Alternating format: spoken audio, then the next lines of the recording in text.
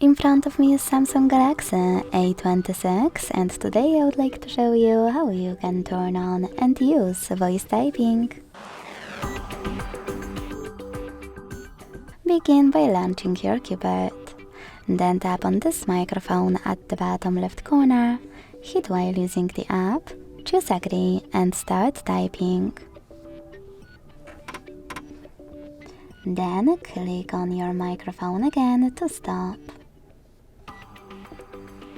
If you want to manage voice typing options, click on this gear, scroll to hit voice input, and manage all of those options of Samsung voice input or select Google voice typing. Go back, tap on the same microphone. And this one, to operate it, use this microphone button. To go back, click on this arrow at the top left corner. Thanks so much for watching. If you enjoyed this video, leave a like, comment and subscribe. Bye!